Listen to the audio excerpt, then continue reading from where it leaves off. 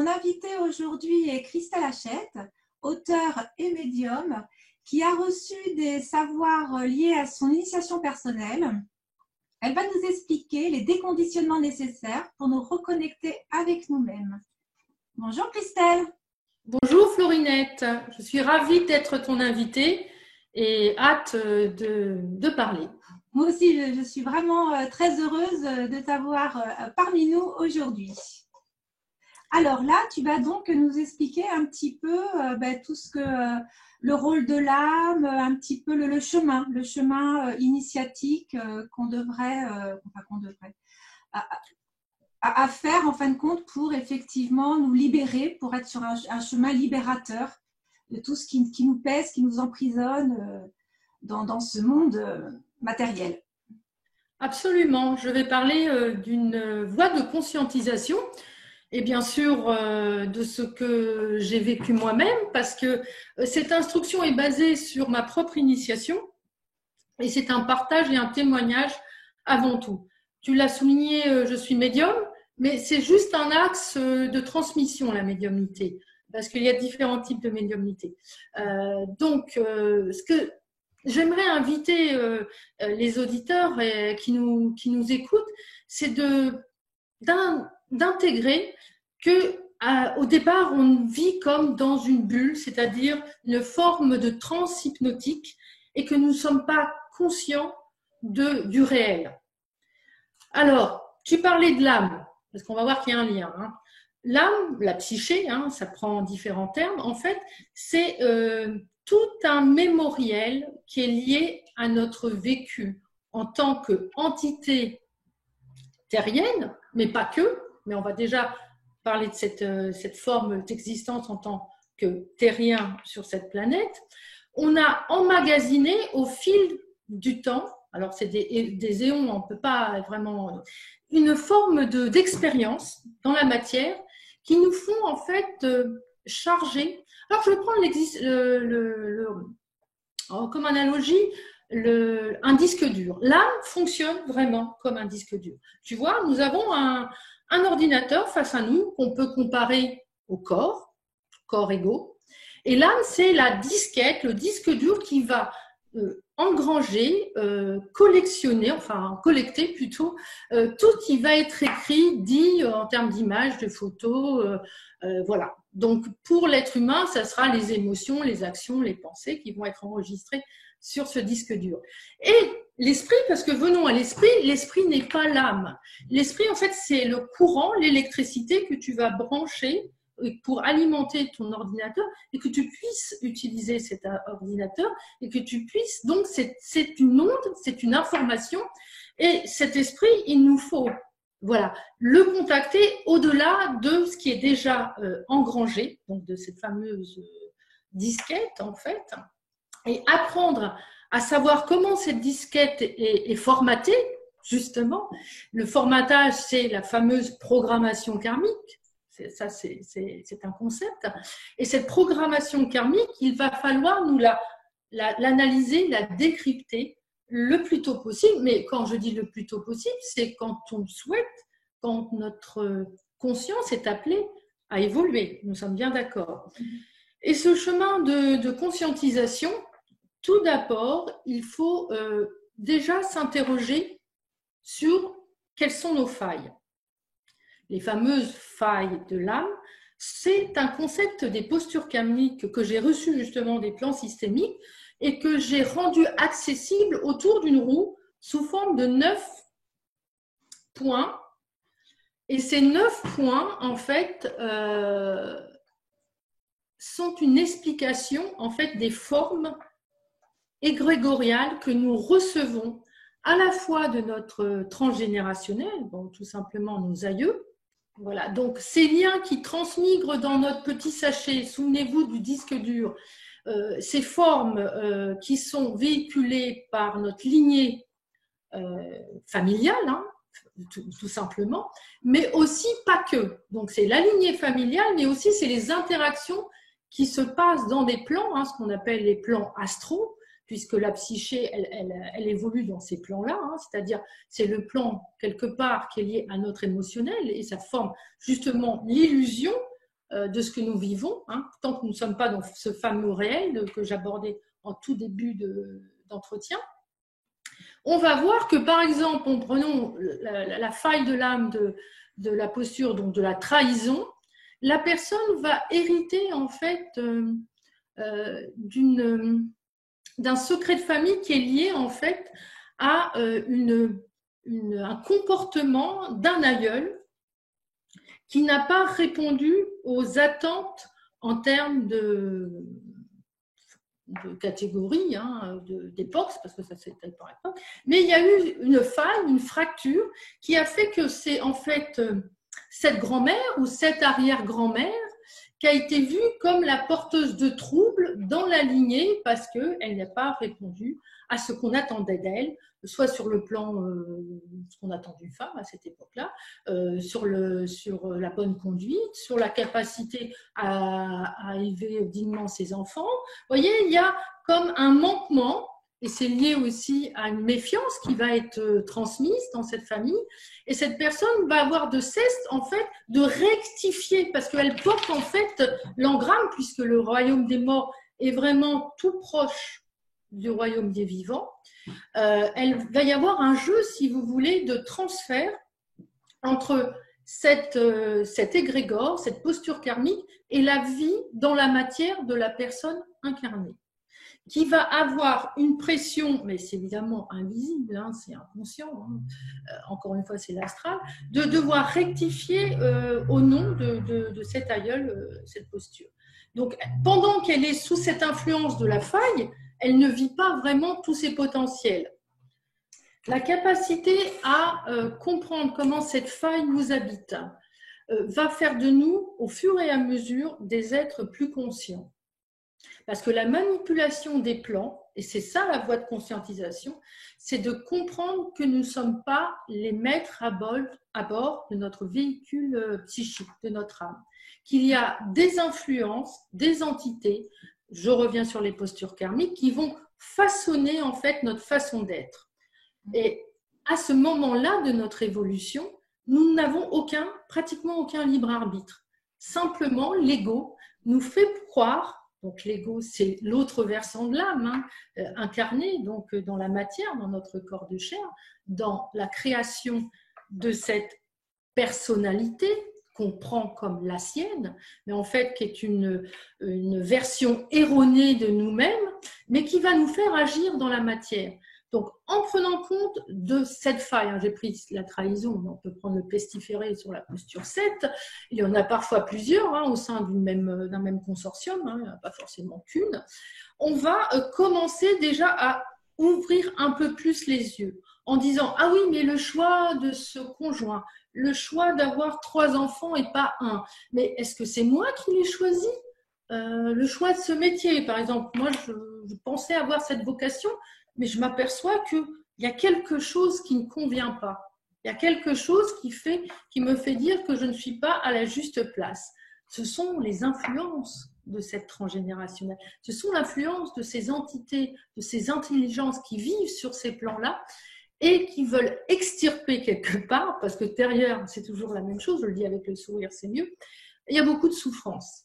Parce qu'il va y avoir ce qu'on appelle une perte de repères, une perte de croyances. Parce que dans les familles, les croyances, c'est vraiment le lieu où tout se véhicule sur comment on doit se comporter, ce qui est bien, ce qui est mal, ce qui est valorisant. Et donc, avec la faille de l'âme qui vient des plans astraux, il va y avoir la création dont j'avançais, de la personnalité, de la fausse personnalité. Et dans le cheminement donc, de l'être en conscientisation, donc du futur initié, hein, il va y avoir une approche intéressante, c'est de voir comment il a créé cette fausse personnalité. Et là, je vais vous parler de l'Ennéagramme. L'Ennéagramme, donc ça veut dire 9 points, regardez, avec l'Ennéagramme des 9 personnalités. L'Ennéagramme, c'est avant tout un glyphe, un symbole. Vous voyez que c'est un cercle, avec tout le concept du cercle de 360 degrés. Derrière, il y a 360 génies aussi. Du triangle, avec la loi de 3. Vous avez un hexagramme qu'on va voir, qui forme une figure géométrique. mais on peut inclure à l'intérieur tous les solides de Platon, c'est-à-dire le pentagramme, l'hexagramme, le septagramme, l'octogramme et l'étoile à 9 branches. Donc, on a vraiment toutes les lois cosmiques qui sont représentées à l'intérieur de cette figure. C'est très ancien, alors il y a des batailles de clochers, je n'entrerai pas là-dedans de savoir qui a découvert ce livre, c'est pas très intéressant. Ce qui est important, nous, on va aujourd'hui s'intéresser plus particulièrement à l'énéagramme des personnalités. Cette approche, par contre, il y a quelqu'un quand même qui l'a formalisée, c'est Oscar Ichazo, qui est un psychiatre, qui est décédé tout récemment d'ailleurs, psychiatre, mathématicien, il a plusieurs sciences à son arc, et il a mis à jour, vous voyez, ces 9 formes, ces 9 mondes en fait, hein, ce sont des mondes qui sont liés à une façon de fonctionner. Donc comme je parlais des failles de l'âme avec les postures karmiques, voilà, qu'on a vu tout à l'heure, il y a ensuite, dans la personnalité incarnée, une pression qui va se faire pour correspondre à ce qu'attend notre père, notre mère, la fratrie, le monde derrière. Et en répondant à ces injonctions, nous allons trouver une légitimité à exister. Et ça va se fracturer en 3 points. Donc, de 0 à 3 ans, de 3 ans à 6 ans, de 6 ans à 9 ans. Et ces 3 points d'achoppement, ça représente en fait nos fonctionnalités au niveau de nos 3 centres d'intelligence qui sont le centre instinctif, le centre émotionnel et le centre mental. Donc, selon ce qu'on va vivre avec notre mère entre 0 et 3 ans, notre père entre 3 ans, 6 ans, la fratrie, le monde entre 6 et 9 ans, nous allons développer une façon d'être qui va devenir une forme égotique, qui va nous rassurer. Et là, donc, on va pouvoir identifier le perfectionnisme, l'indépendant, ce sont des mots. Mais derrière, il faut bien comprendre, je veux bien que tu montres les blessures originelles, que c'est lié, ce fractionnement est lié à une blessure originelle qui va en fait constituer et se renforcer par rapport à la faille de l'âme qu'on a vue tout à l'heure, avec le trahison, féminin maltraité, etc. Et là, avec cette blessure, donc je vais essayer quand même d'être très précise dans ce que je vous dis, c'est un choc au niveau émotionnel qui va se jouer dans le développement du petit enfant.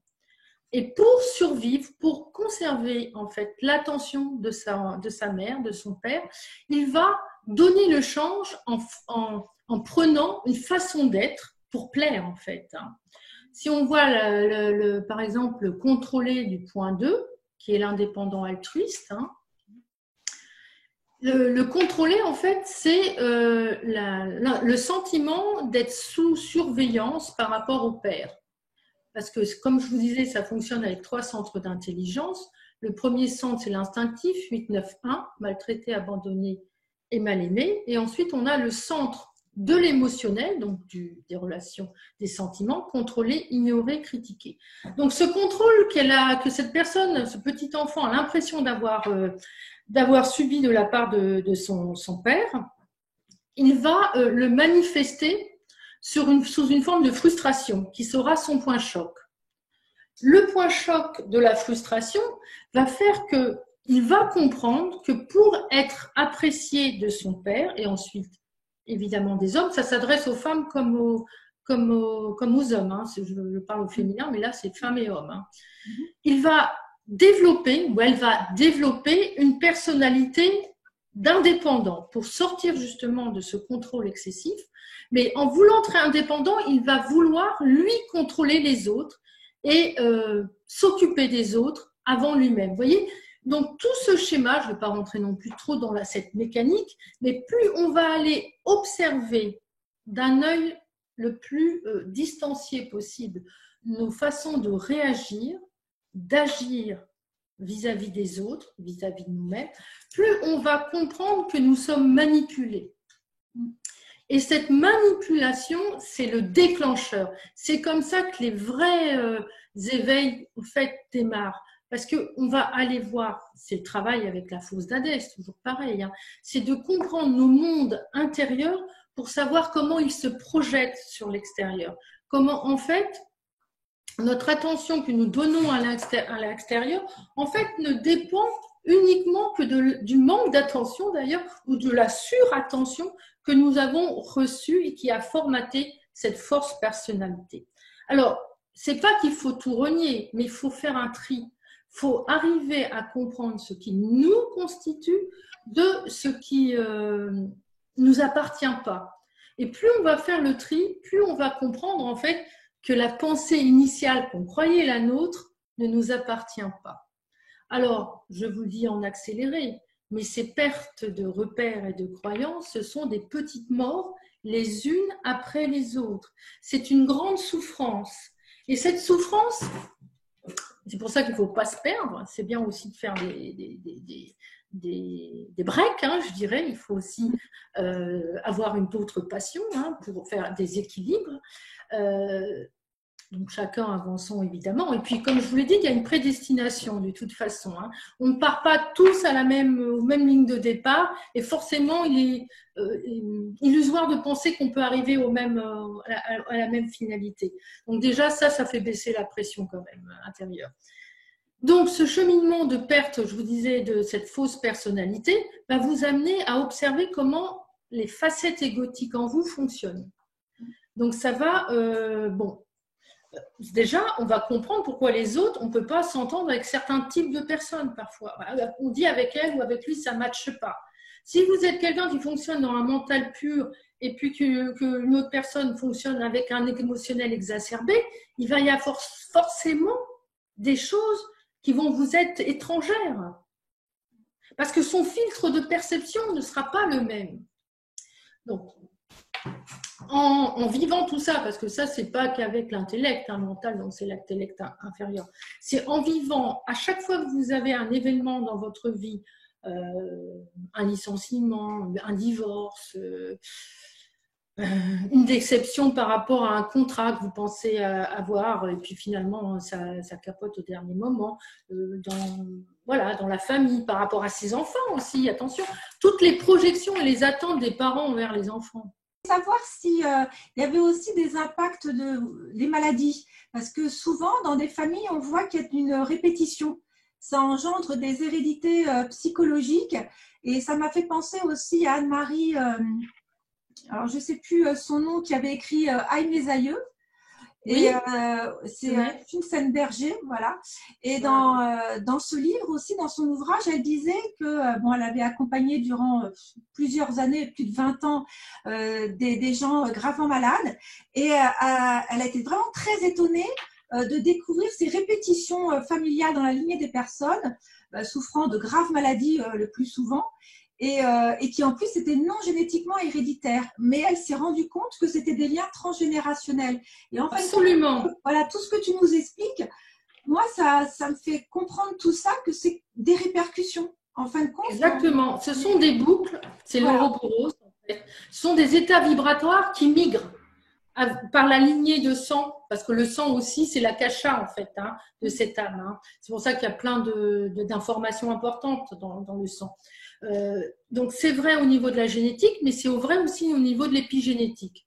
À savoir qu'un enfant qui a été adopté, même à l'autre bout du monde, qui est asiatique, avec un couple européen, va développer ou peut développer, c'est pas systématique, mais enfin, grande chance de développer les pathologies d'ancêtres qu'il n'a pas connus.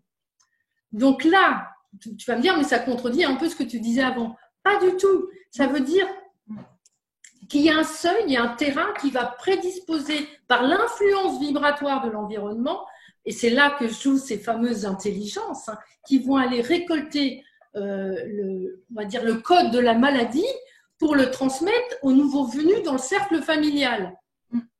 Parce que c'est une façon de communiquer la maladie. C'est aussi, ça fédère. Parce qu'on s'aperçoit aussi que, comme tu le disais, les maladies, les fragilités psychiatriques et psychologiques, enfin, même si les deux se rejoignent, ça se transmet dans la famille. Donc voilà, c'est un état de conscience, un état de fragilité, hein, là, en l'occurrence, mais qui va permettre à ce noyau familial de se fédérer. Bon, là, je suis un peu partie un peu plus loin de ce que je voulais dire. Et plus on va, en fait, comprendre l'interaction de ces jeux qui sont liés au karma, parce que le karma, c'est quoi? Là, on est en train de parler du karma. Hein. C'est régler des failles, des ancêtres, des intelligences, par voie de répétition. Donc, voilà, on fait les choses par morceaux, parce que parfois, ça peut être lourd. Mais l'intention et les actes qu'on va poser, hein, et puis c'est aussi les choix qu'on va faire par rapport à ce qui va venir comme information. Apprendre à ne pas adhérer systématiquement, apprendre encore une fois, à comprendre la pensée qui vient en nous et faire cette sélection de est-ce que ça vient vraiment de moi, mais de qui ça vient. Hein? Et ça nous permet d'être de plus en plus conscients, puisqu'on parle de ça avant tout. Et moi, j'aimerais parler de la voie de l'initié solaire, en fait. L'initié solaire, en fait, c'est un retour. Et tout ce dont je vous parle, en fait, c'est un retour vers sa vraie personnalité, mais je vais enlever ce terme même de personnalité. Je vais parler d'identité. C'est de comprendre quelle est notre identité cosmique. Au-delà de cette fameuse personnalité, bon, il y a l'approche de l'énéagramme qui est extrêmement puissante, mais peut-être en existe-t-il d'autres. Hein. Ce que je veux, ce n'est qu'un instrument, le néagramme. C'est ça que je veux vous dire. C'est pas une finalité. C'est un instrument qui va nous amener à comprendre notre réelle individualité. Et c'est un retour d'individuation dont je vous parle. De l'extérieur, souvent l'initiation lunaire nous parle. C'est intéressant, je ne vais pas opposer les deux, c'est intéressant. On va comprendre à manipuler les énergies extérieures, peut-être par sorte de rituel, que sais-je, de suivre un gourou, de suivre… Bon, quelle que soit cette initiation lunaire, elle a plutôt tendance à nous éloigner. Moi, ce que je dis, les nouveaux initiés, justement, c'est de comprendre que c'est notre point central, notre solarité qui est important pour vraiment accéder. Et bien là, je reviens sur le début, à cet esprit, à ce contact énergétique qui va nous brancher à notre vraie source et pas une fausse source astrale qui nous manipule et qui vit entre guillemets sur notre dos. Donc, je le redis, les prières, l'adombrement aux faux dieux, tout ça, dans l'être de demain que nous sommes en train de devenir, en tout cas pour une partie de l'humanité, doit commencer à mettre tout cela de côté, mais par étapes. Il n'est pas question de tout jeter parce qu'on en a eu besoin à un moment donné. Mais si on veut poursuivre ce retour vers nous-mêmes, c'est vers quoi on va tendre. Donc l'individuation, c'est épurer dans notre sac, souvenez-vous du disque dur, hein, tout ce qui ne nous concerne pas. Ah ça, ok, c'était le rêve de la grand-mémé. Je voulais être pianiste, mais moi, ok, j'ai cru comprendre que je voulais être pianiste, mais en fait, non. Moi, j'ai envie de chanter. J'ai envie d'être sur scène et puis j'ai envie de vivre de cette voix, de partager des émotions, etc. Donc, c'est en faisant de plus en plus le tri là-dedans que nous allons vraiment comprendre qui nous sommes. Vraiment, oui. Je t'écoute et c'est vraiment incroyable parce que je me dis, mais une fois qu'on a compris ça, qu'on a en fin de compte déconstruit un à un les filtres de nos égos, de nos croyances familiales, éducationnelles, oh là là, mais mon Dieu, quel soulagement! On se dit presque, on enlève nos fardeaux et puis là, mais je comprends vraiment comment on se dit, mais reconnectez-vous avec vous-même parce qu'on se dit, mais oui, en fin de compte, c'est des valises lourdes qu'on porte et qu'on ne devrait pas. Mais une fois qu'on a vraiment mis la lumière sur tout ça, là, c'est un vrai soulagement. Alors, le soulagement, Florinette, dont tu parles, il est réel, tu en parles bien, mais ça passe aussi par ce que j'appelle la nuit de l'âme. C'est on perd ses repères, mais on ne sait pas où on en est. Donc, c'est des entre-deux, parfois avec des fluctuations émotionnelles qui sont, il faut le dire, pas agréables. Mais c'est grâce à ces chocs vibratoires que vous êtes en fait en train d'évoluer véritablement vers un peu plus qui vous êtes. Donc, il faut accepter. Et je dis toujours, il faut accepter, il faut accueillir vraiment comme une bonne augure une dépression, je dirais. C'est, voilà, dépression en deux mots, hein, c'est une pression qu'on va subir en nous-mêmes pour aller extirper ce qui est caché, ce qui peut ressortir. Donc c'est là qu'il faut laisser ce mouvement, hein, ce retour vraiment vers soi, d'individuation, et d'aller toucher vraiment ce Graal. Le Graal, il est là, hein, la coupe, la fameuse. Hein, c'est ça, c'est ce noyau central, ce qu'on appelle aussi le centre de gravité conscient, qu'on va à ce moment-là faire émerger. Tu voulais dire quelque chose, hein, je te vois. Non, c'est bon. Non. Je suis entièrement d'accord. Le Graal, ce que tu as expliqué, là, je le ressens vraiment. Et ça, c'est l'initiation solaire, tu vois. Voilà. Bon, les deux sont intéressantes, mais la solarité, on va dépasser en fait. Parce que le monde lunaire est quand même un monde de programmation et de soumission en fait par rapport à ces hiérarchies qui sont intéressantes. Elles ont fait leur job. L'être humain en avait besoin. Mais l'être humain en réelle évolution, demain, n'aura plus besoin de ces béquilles, n'aura plus besoin de donner de son émotion, de donner de son attention à tout ça. Voilà. Donc, oui, c'est un thème qui est intéressant et qu'il faut creuser. Ce retour vers l'individuation, donc dire le soulagement, etc., on commence à avoir ce que j'appelle une programmation créative. De la programmation karmique, ouroboros, fermée, où je répète du style ma grand-mère a eu son enfant à 18 ans, oh ben tiens, comme par hasard, moi j'attends un enfant à 18 ans. Je sais pas, et pourtant je voulais pas forcément être mère à cet âge-là, mais l'organisation des événements a fait que j'ai attendu un enfant à cet âge-là. Donc, voilà, c'est un exemple, il y en a plein d'autres. Mais c'est toujours intéressant de donner des exemples concrets parce que ça résonne chez les gens à ce moment-là. Donc, plus on va sortir de cette programmation avec de l'humilité parce que c'est ce qu'il y a de plus difficile aussi. Et puis, c'est OK si on n'y arrive pas, il n'y a pas, voilà, on n'est pas noté à la fin, hein. Quoique, à la fin et le passage, oui. Ça ne sera en fait que le résultat qui aura été œuvré sur ce plan-là.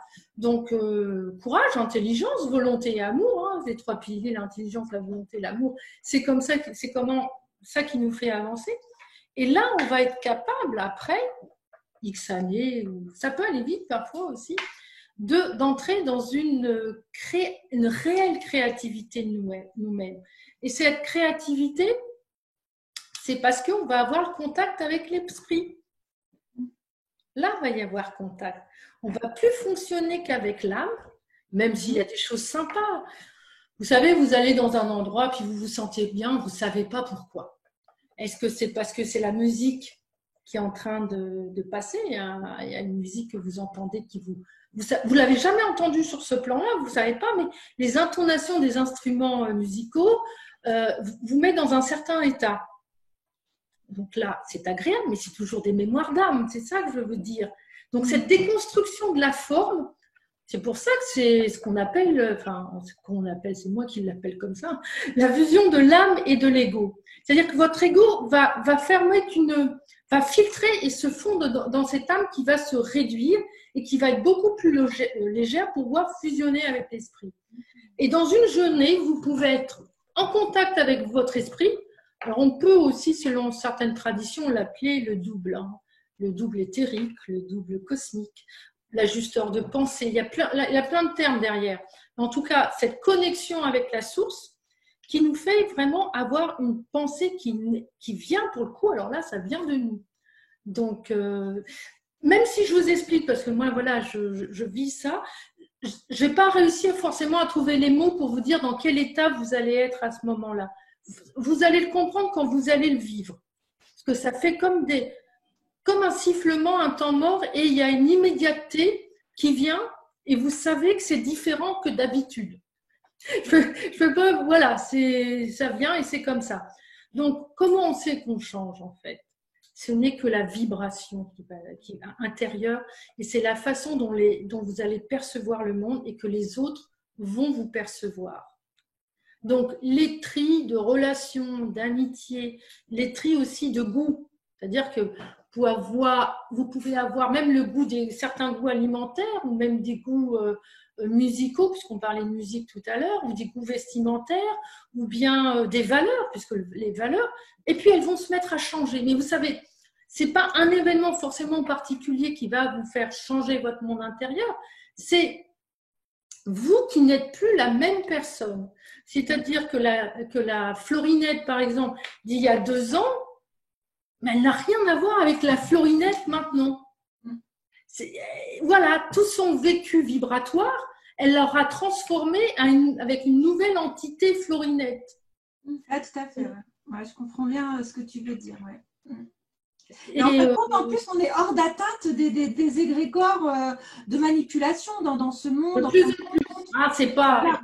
C'est puissant derrière, ce sont des génies qui régissent même des lois cosmiques et tout ça. Donc c'est OK. Mais on est moins ballotté. Voilà. Il y a moins de doutes. Voilà. Un des indicateurs, c'est qu'on ne va plus aller un coup dans la foi absolue, donc la croyance aveugle, ni dans le doute. Ah, je ne sais pas, est-ce que c'est la bonne décision? Est-ce que je sais bien faire comme ça? Vous le savez, puis point barre. Il n'y a ni de foi d'adoration, ni de doute de scepticisme. C'est vraiment une polarité centrique. Donc, et les peurs diminuent. Parce qu'en fin de compte, on acquiert de plus en plus de confiance. Oui, on est quand même baigné dans un monde de peur. Donc, en fin de compte, ce chemin-là nous invite aussi à avoir de plus en plus confiance, dès qu'on est connecté avec de la source, avec notre l'esprit. Comme tu le dis, il y a moins de crainte, parce que la crainte, c'est vraiment l'obstacle majeur à l'évolution. Voilà. C'est la crainte. C'est vraiment... Moi, je dis, quand on commence à voir, la colère émotionnelle, c'est aussi un poison, mais ça commence à être un moteur qui est intéressant. Ça commence. C'est-à-dire que l'être commence à s'ériger face à quelque chose.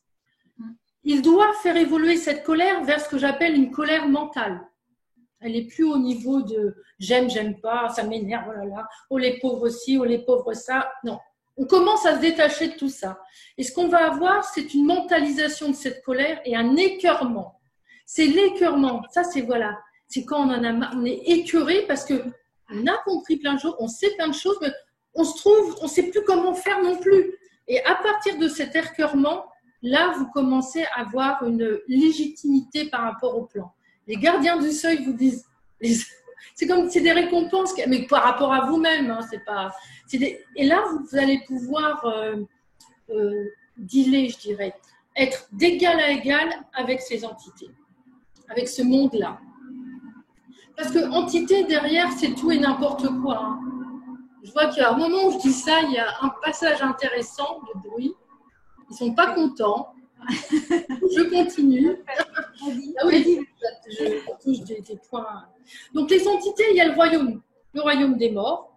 La plupart des anciennes personnalités vivantes, en fait, sont stockées dans ces magmas astraux. Hein. Ils sont récupérés, récupérés. On ne va pas prendre la théorie où on te force à aller dans un corps, hein, c'est pas ça. Mais en tout cas, les mémoires sont retravaillées par des hiérarchies, oui, c'est vrai, pour être reconditionnées. Et l'idée, quand on travaille sur cette voie de conscientisation, c'est qu'on est tellement centrique, tellement compressé, qu'on ne peut plus être dilué. C'est qu'ensuite, on va sortir. Oui, tout à fait. C'est tout ça. C'est arrivé au monde morantiel, donc au-delà du supramental, au-delà. Parce qu'il y a encore d'autres mondes. Hein. Ça ne s'arrête pas qu'au supramental. Hein. Il y a les mondes divins, supérieurs, il y a encore. Mais en tout cas, on ne fait plus partie de ce plan terrestre de réincarnation. C'est terminé pour nous. Notre œuvre, elle va s'œuvrer sur d'autres plans. D'accord. Et c'est ça qu'on appelle les 9 voies d'éveil, qu'on arrive à… Encore autre chose, non. Oui, c'est vrai qu'on n'est pas. Les 9 voies d'éveil, en fait, c'est la vertu qu'on va trouver par rapport à la blessure originelle, pour la compenser. D'accord. On peut en prendre une, tu peux les mettre, hein, les 9 voies. Oui, tiens, je vais. Donc, prenons la voie de la vérité, par exemple, la posture 3. Alors, enfin, c'est pas une posture, point 3. La voie de la vérité, en fait, ça revient La fixation 3, on l'appelle le frimeur, en fait, la passion, parce que derrière, c'est les 9 passions aussi, mais je ne reviens pas, sinon c'est trop long à décrire, qui sont le mensonge. En fait, la personnalité 3 qu'on appelle le frimeur, il baigne quand même au niveau de ce qu'il a à dépasser, il dépend du centre de la colère, du mensonge. Donc, c'est un mensonge qu'il fait aux autres, mais c'est surtout un mensonge à lui-même pour paraître important, pour paraître battant, pour être toujours dans l'action, chercher la réussite. Donc, vous voyez, on ressent la course en fait au succès. Et derrière, il y a un moment quand cette prise de conscience sur ce type de personnalité commence à intégrer en fait le jeu qui se fait en lui, du mensonge qu'il se fait à lui-même, parce que en fait, il veut regagner l'estime du père, mais je ne vais pas aller là parce qu'après, c'est carrément faire un cours d'onéagramme des personnalités.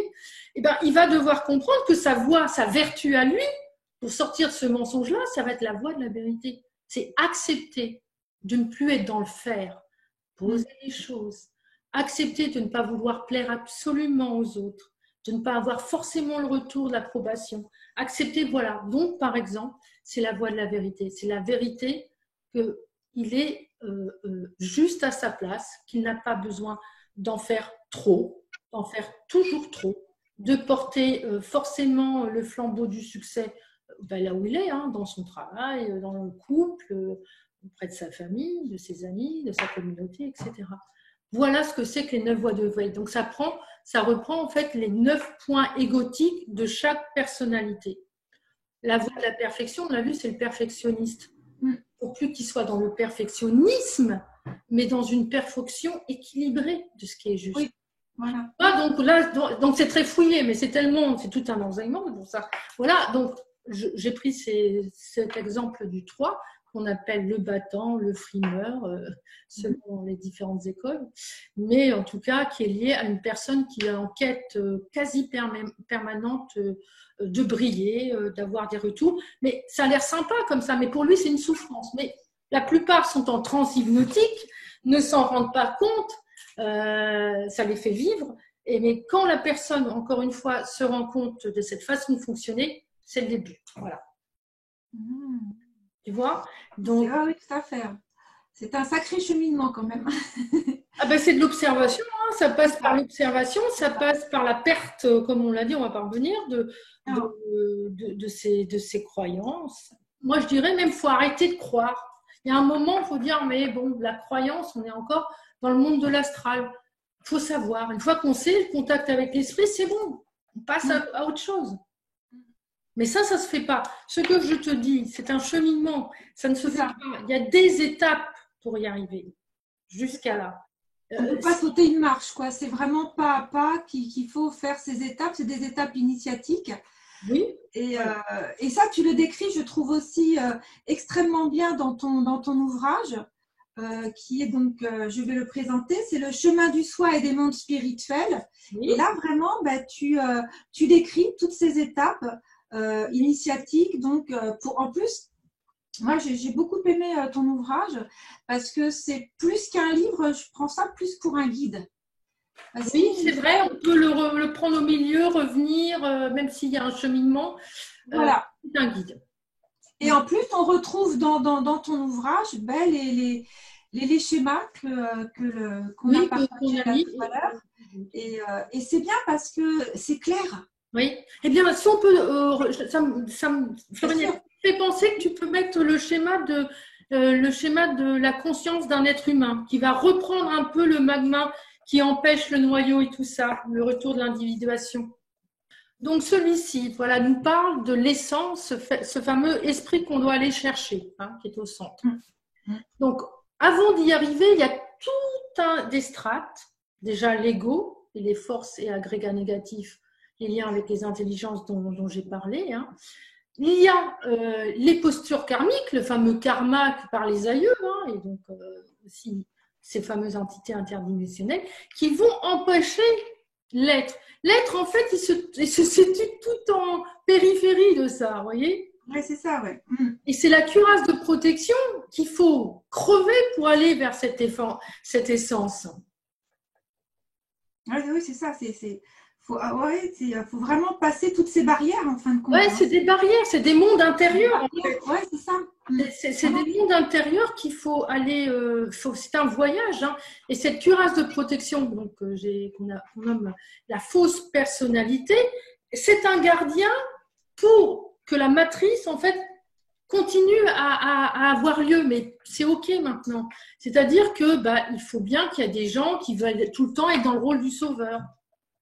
Tu vois, donc, si on reprend le triangle de Karpman, sauveur, bourreau et victime, on peut aussi le voir autour des 9 points. C'est qu'on va prendre, en plus des 9 trucs, une tendance ou une autre. Mais ça va nourrir un système qui va empêcher, encore une fois, parce qu'un être qui revient dans son centre est un être qui est beaucoup moins manipulable. Donc, il représente, comme on le sait, parfois un danger pour un certain type de société. Et quand il revient dans son centre, il est même plus à l'écoute de son cœur. En fin de compte, le mental est au service du cœur et non l'inverse. On entend, Florinette, c'est vrai, on entend tout ça, le mental est au service du cœur. De mon point de vue, c'est faux. Et je vais le dire pourquoi. En tout cas, c'est partie vraie, partie faux, ça dépend dans notre... Le cœur est important, mais il n'est pas vraiment plus important que le mental. Il est aussi l'instinctif. Les trois doivent être équilibrés. Le cœur est important parce que c'est une des voies. Elle reprend la voie, par exemple, du moine, si on parle des 3 voies, hein, yogi, moine et mage, c'est-à-dire de l'adoration, du sacrifice, hein, parce que c'est ça, hein, derrière, la voie du cœur.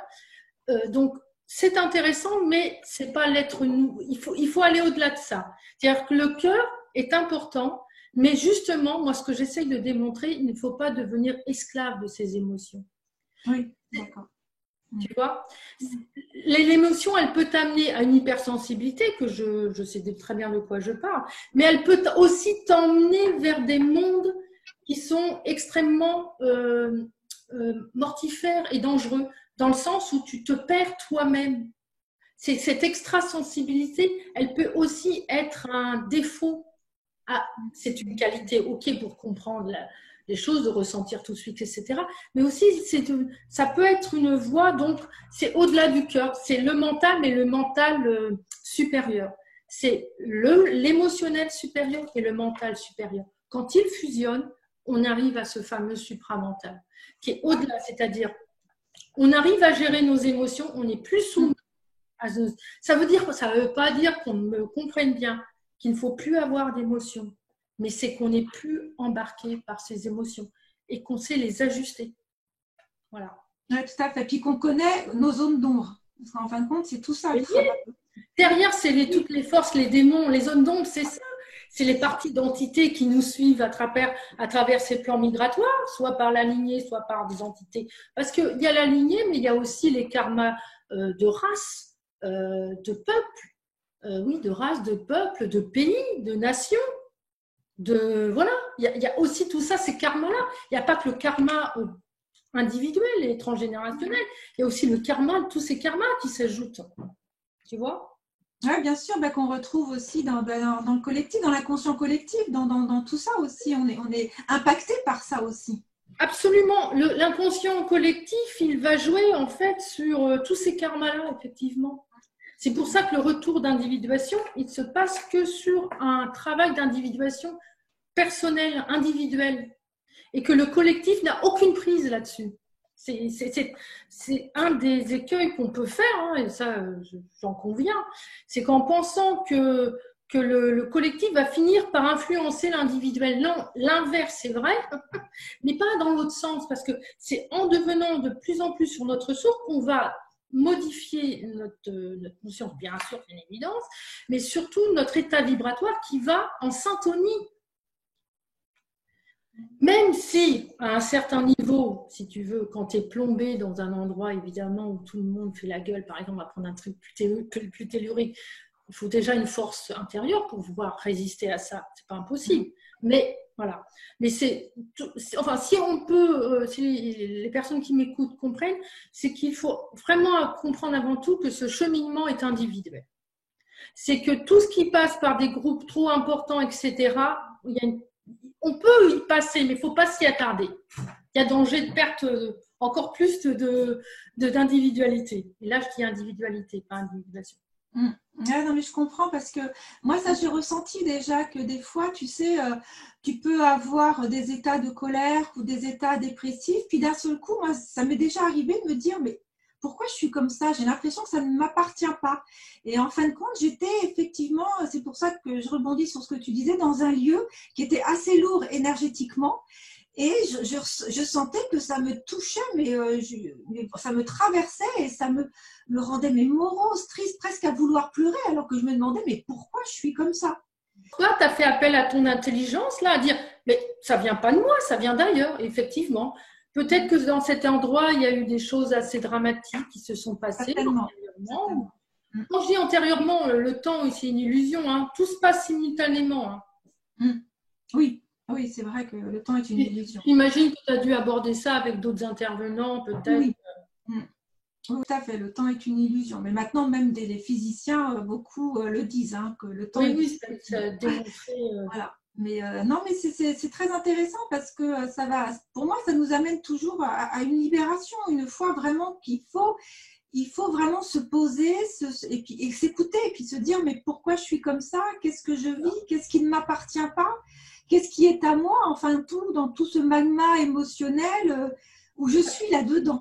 Et je trouve que Pas se laisser embarquer, c'est ça. observer, truc et séparer. Ouais. Voilà. Oui, Ouais. c'est ça. Et plus tu fais ça, parce qu'après, ça devient une réaction intérieure, plus tu vas comprendre ta notion de libre arbitre, où elle se passe, où elle se situe. Bah oui, bien sûr, bien sûr. Et puis en même temps, ben, le fait aussi, c'est que ça te libère de ces liens transgénérationnels. Quand on revient aux maladies, dans ces cas-là, oui, il y a des personnes, ou alors comme tu disais tout à l'heure, ah ben, à 18 ans, j'ai eu un enfant, là, tu n'as pas le libre arbitre. Parce qu'en fin de compte, c'est presque imposé. Là, les maladies graves, comme le disait cette dame qui avait découvert que il y avait de plus en plus dans une lignée familiale que des maladies graves. Mais là, où est ton libre arbitre? Parce que si tout le monde est malade, t'as pas. Enfin, je veux dire, le libre arbitre, là, effectivement, il est illusoire pour moi. C'est parce que voilà, la faille de l'âme n'a pas été intégrée, elle se rejoue indéfiniment.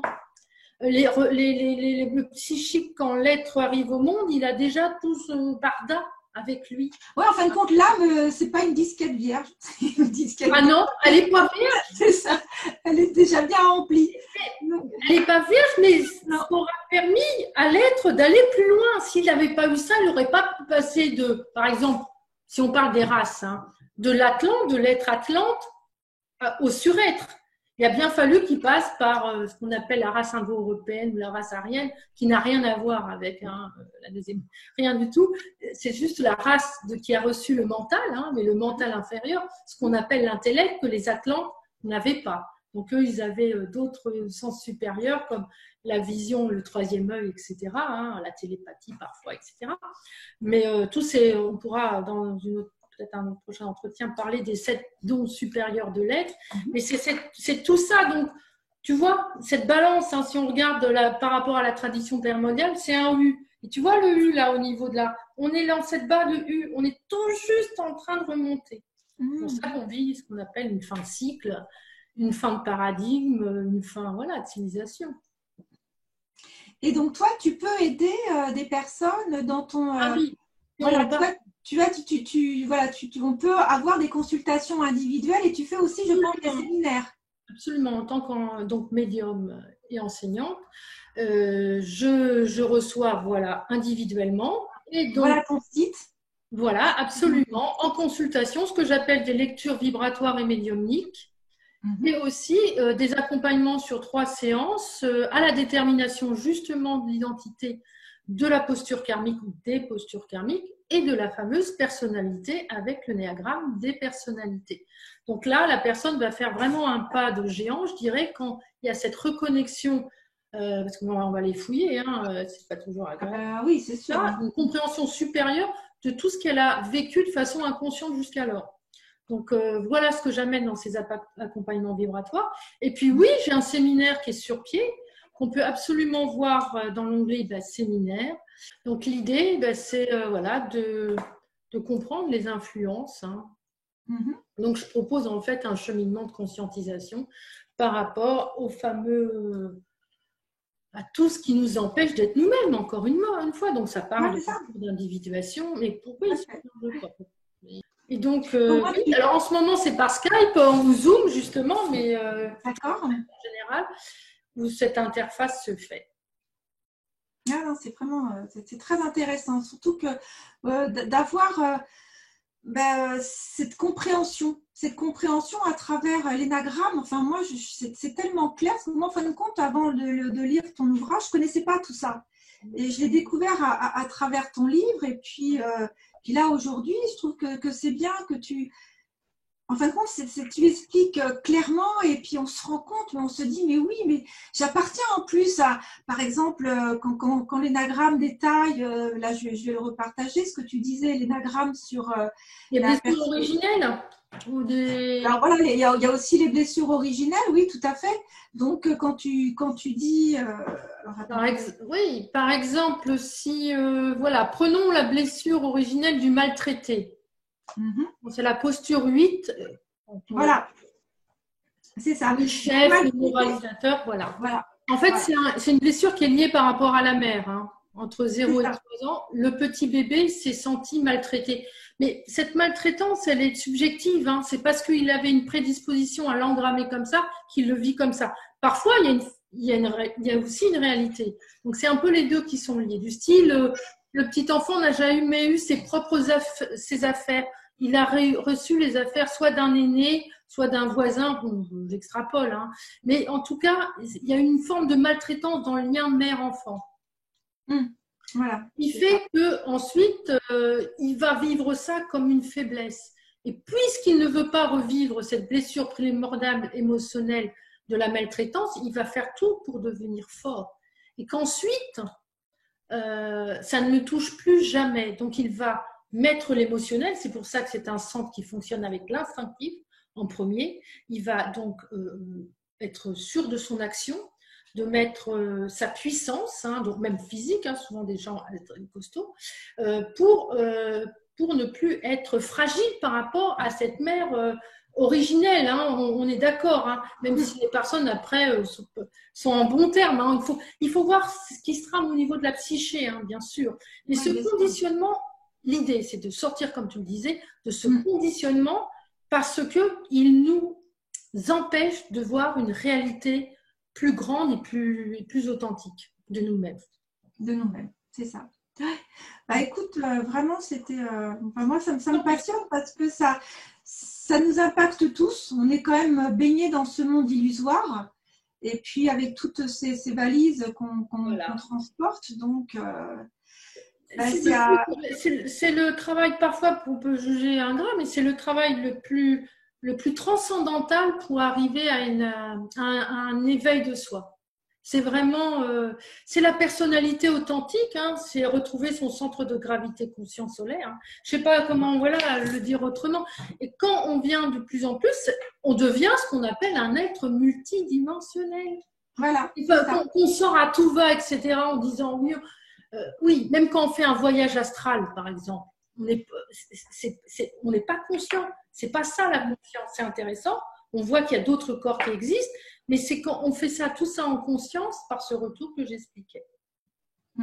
Exactement. Et ben écoute, là, tu le décris parfaitement dans ton livre Le chemin du soi et des mondes spirituels.